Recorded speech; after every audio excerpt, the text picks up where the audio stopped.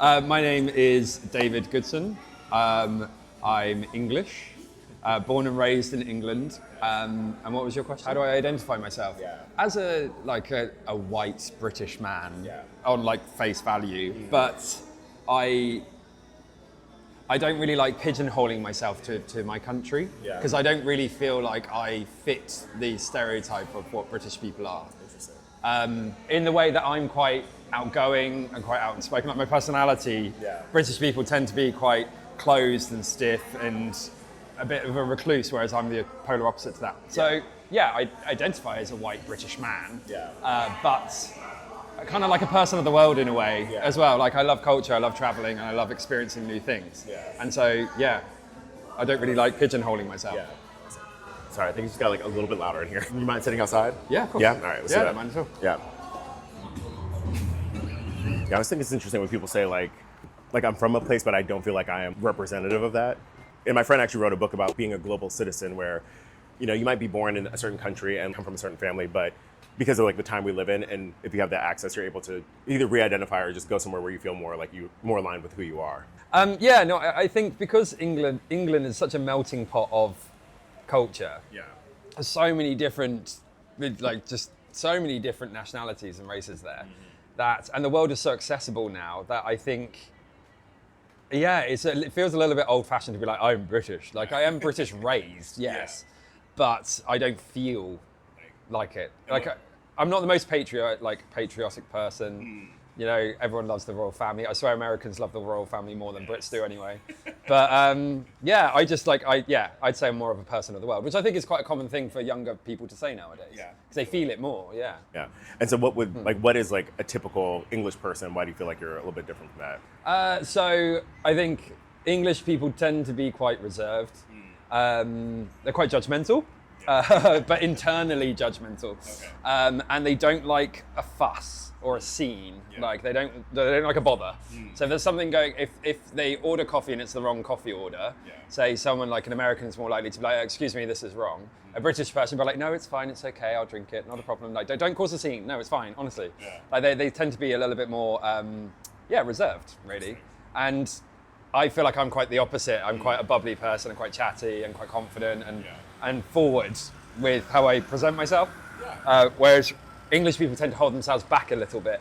And it can read as kind of like snobbery, or it can skew that way. And so often people think that they're being looked down at by an English person, when in fact they're not necessarily looking down at you, they're just holding back themselves. When you really get into England and you get out of London and you go into the towns and stuff, and you really meet all of the people that live in England, they're a very funny bunch and a very colourful bunch of people, quite rude, dark-humoured as well.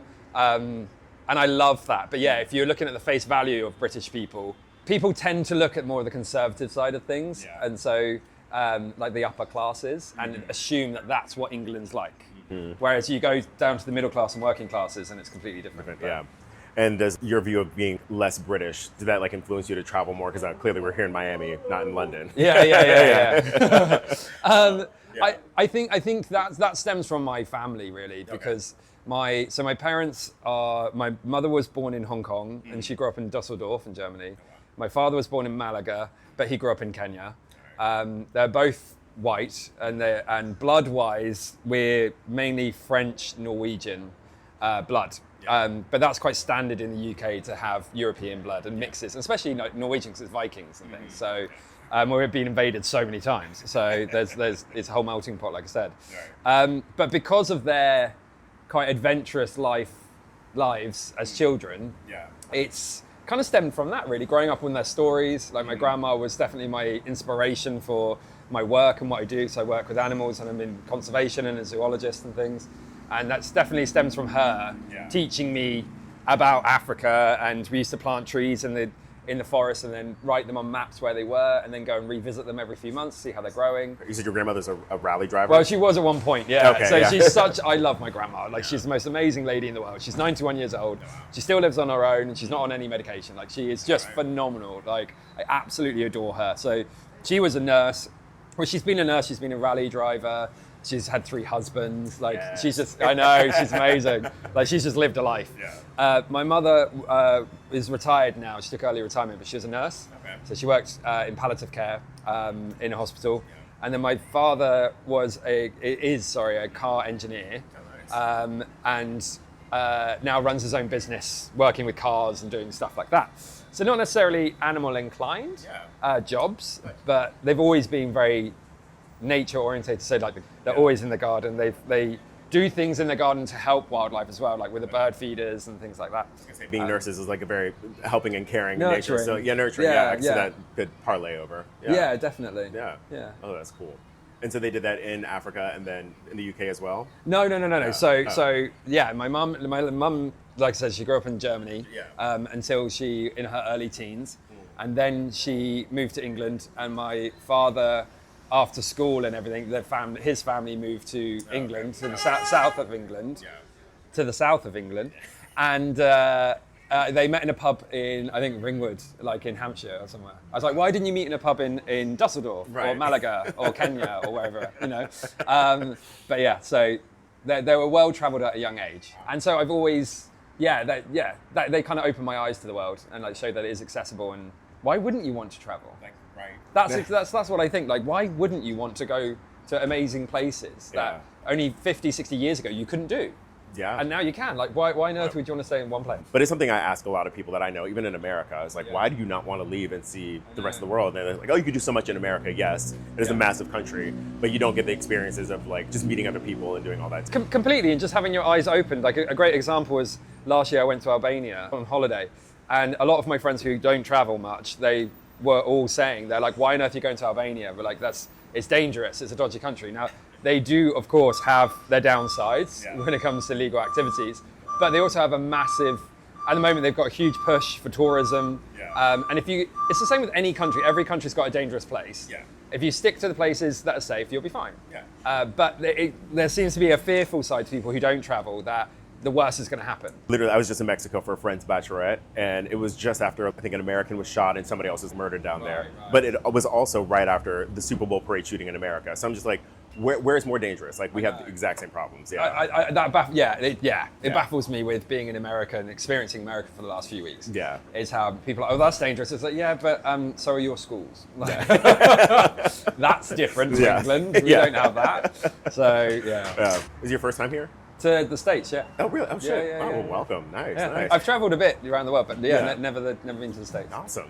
What are like the biggest differences you've noticed about Americans versus English people versus yourself? If you could pinpoint like maybe 3 things. Okay, cool. So, firstly, I really like America. Coming here has been amazing, and I feel like I fit into both countries. I love England. I love the humour. I kind of love how stiff upper lip they are. I find it quite comical. But Americans are very open. They're very friendly. People say hello to you on the street. That wouldn't happen in England. Someone you don't know, you just wouldn't. Like, and if you did, they would look at you weird. They'd be like, "Why are you saying hello to me? You don't know me." Whereas in America, they're super friendly, and I like that because I'm a friendly, open person. So that definitely sides with my personality. But the things that open my eyes with America, it depends where you go. Because for me, I've been to 3 places in the last few weeks, and it's Atlanta, outskirts of Atlanta, DC, and Miami. DC loved. It reminded me of London a lot, actually, but like a cleaner version.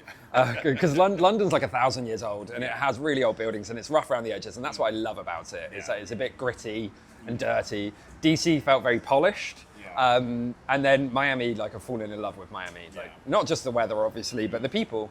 And I like the culture here, the more Latin vibe. It's colourful, it's vibrant.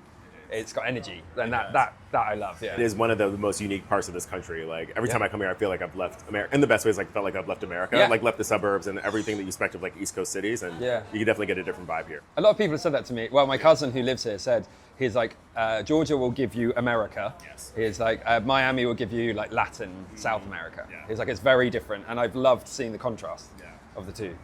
When I was in Georgia, I was amazed at how big the place was, and you had to drive everywhere, and like. In England, you can walk 2 minutes down the road to a corner shop to get a drink. In like America, you have to drive. And if you're in Georgia, where I was, it's 20 minutes to get a drink. I was like, this is ridiculous. And funny enough, Georgia actually felt quite antisocial because, in the way that where I was a little bit remote. Everyone drives, no one walks anywhere. So you don't actually see people or talk to anyone because you're always in your car on your own or with a family member. But you don't see people on the streets unless you go to the cities and in the towns. But when you're on the outskirts where I was, it was weirdly a little bit eerie because there was just no one around. And I kept saying to my auntie, I was like, no one walks here, do they? Like no one walks like on the pavement, on the sidewalk. She's like, no, it's not a thing. Yeah. Somebody asked me last night, they're like, what is Atlanta like? And I'm like, it's not bad, but it's not like a tourist destination in my eyes. I don't know if you saw it differently. No. And it's like definitely like a livable place. Like the city itself has grown and like, you know, the suburbs are fine, but it's not like a place you're just like, I'm going to go vacation in Atlanta. Like, no, it wasn't like top of the choice, but I was strategic with where I went because I have family here. Where else are you planning on going? I'm not too sure. Well, we're going to Key West, Nice. Bahamas. I went to Orlando, but state-wise, I'm doing the 3 states. Okay. So where else have you been and this influenced your identity of yourself or like who you are? I think when it comes to traveling, I think because of like my work, I work outside, always have worked outside. I'm not the type of person that if I'm traveling, I don't tend to go to cities. I will do for like 1 or 2 days. But I prefer going on adventures in a way. And so like the standout places I've been that I loved for lots of many reasons, Albania was amazing. Like I loved Albania. Like the people, you could not find nicer people, more accommodating people as well, like happy to help you with anything. Because their tourism is quite young, they're really keen to build it and build that reputation. So they do anything and everything for you. Like they're just fun. Like they're really fun, laid back people to hang out with. Madeira, I loved Madeira, which is a Portuguese island. That more for the geography and the like wilderness there. It's the I don't know if you've been. I've not, no. It is the most incredible place. It's like Avatar meets King Kong. Oh. Like it has everything on it. So you've got black sand beaches with waterfalls into the sea, and then you've got foggy forests that throughout the day are constantly covered in fog. You then have 100-foot waterfalls at the top of mountains that you have to trek 6 hours up to get to. Madeira was phenomenal. I went for 5 days and hiked 45 kilometers in 5 days with me and my best mate, and I could have stayed there for longer. And like it was just amazing. It was the most beautiful place. The food was a bit questionable, but it's Portuguese seafood, and I do like seafood, but it's not like my number one. But for me, when I'm going traveling, I like to go for not necessarily. I'm not a foodie person, really. I like to go for culture, and I like to go for wildlife and see the difference. And for me, I'm abroad when I see different wildlife. And so, what was it? When I was in Jamaica. I was in Jamaica when I was sat on the beach and pelicans were diving in the sea in front of me, and then a turtle swam past. I was like, now I'm somewhere different. See, yeah, I love that perspective because I'm very similar too. Like when I first started traveling, I wanted to go to the big cities and like see all the cool stuff. But then I realized everything, it feels the same. I don't know if you agree. Like cities, you have Starbucks, you have like your generic brands. But then like for me, it's less of the wildlife because I don't like to be too sweaty too much, but it's the people. So when I can go somewhere and like not see an American and talk to other people, that's when I feel like I've arrived somewhere. Because resorts and hotels are usually filled with other like Western tourists versus like going out and like seeing other people. My family's always been like nature and wildlife orientated anyway. And I grew up on my dad's stories as a child. So my dad went to boarding school in England, and then when he wasn't at school, he lived in Kenya. I think it was Kenya. Kenya. And so I grew up on his stories of giraffes walking past the house in the morning, and my grandma talking about how she used to be a rally driver and like dodging wildebeest and zebra. And I was just like, that's really cool. Like that's just so cool. And when I was little, I wanted to work with dinosaurs, and then I was really sad to find out that they died out. They weren't around anymore. But animals were the next best thing. My grandma was definitely the biggest influence for me. And she's a huge David Attenborough fan, as am I. He's absolute legend. He's phenomenal. And my parents are very. My dad always instilled in me and my sister, do what you love. You know, money comes, money goes, and comes back around again and goes again. But do what you love. And so they've always pushed me to follow my passion. So I started working with animals when I was 14, with birds of prey, and then I built on it from there. I studied ecology and biogeography at university and worked as an ecologist for a while. And then that's going to be hard to edit out. Yeah. There we go. All right. But yeah, so I started working with birds of prey when I was 14, and then studied ecology at uni, worked as an ecologist for a while, and then fell into zoology, and I've been working with mainly African animals for about 9 or 10 years. Nice. For me, I like to say if I'm outside, then I'm happy. It's the main thing. Like, I'm not an office bod at all. I can do it, and I've done it, but I'd much rather be outside all weathers as well, even if it's raining, freezing cold. Yeah. I love it, yeah. Oh man, I love animals, and I can appreciate outside, but I don't think I could do that. Yeah. It's not for everyone. All right, cool. And then like through your work and or your travel, like if there's one thing you could like impart into the world and my like 300 listeners, like is there anything that like words of wisdom you would want to share? Words of wisdom. Oh Yeah. gosh. I think it's important to just to keep your eyes open. Yeah. In a way, like what I always say is it costs nothing to be nice. Like it's free to be nice to people, and so keep your eyes open and always be nice, because you never know what people are going through wherever you are in the world. Yeah. And I've met so many interesting people through the years around the world that are going through the most incredibly hard times, or have gone through the worst times in the world. And yeah, like a great example would be, so someone did it to me actually. I was in Ireland and I was walking down the road and I was low. I had a rough year and I felt rubbish. And this lady turned around to me and she's like, "Oh, I really like your hair." No. And on the street randomly, Yeah. and I was like, "Oh, thank you," and it put a smile on my face. Yeah. And I was like, "That's amazing. Like, that's someone I don't know, I'm never going to meet again, who didn't have to do that, and did." And I was like, "That's so nice to like just be nice." Nice. Yeah. And people, I think, in this day and age, forget. Like, we live in such a stressful world, all around the world as well. Yeah. Some countries more than others. Yeah. That we forget that it costs nothing and it means a lot just to be nice to people wherever you go. Yeah. But also, like I said, keep your eyes open, and be conscious and aware of where you are, and respectful of it as well. Quite often, I see people go to places like, where was I? I was in Egypt, and we're in like the temples or the Valley of the Kings, and there was a group of people that I won't say where from, but they were being very, very loud and disrespectful, and like jumping on monuments for photos and things. And I was just like, just do your homework before you go somewhere. Yeah. One, for your own enrichment, but also so you're respectful to the country you're going to. Right. Because everyone's different. And so, yeah, I'd say the takeaways is be respectful, mindful, open your eyes to where you are. I love it. Absorb it all, but also be nice at Yeah. the same time. Just generally be a good human. Just be just try and be a nice person. That should apply even if you're It's not not traveling. hard. Yeah. Like, Awesome. is that all right? That works. Yeah. Wait. Thank you.